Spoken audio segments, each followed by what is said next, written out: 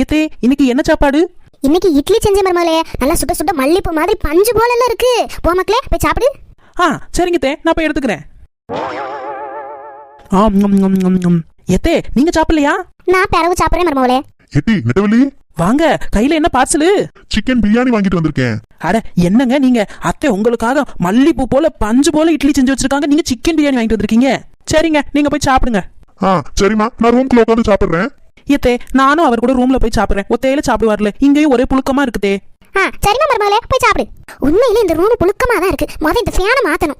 ஆஹா, சுட சுட சிக்கன் பிரியாணி. ஏட்டி எங்க அம்மா தான் மல்லிப்பூ மாதிரி இட்லி செஞ்சு வச்சிருக்காளட்டி, அப்படி எதுக்கு நீ சிக்கன் பிரியாணி வாங்கிட்டு வர சொன்ன?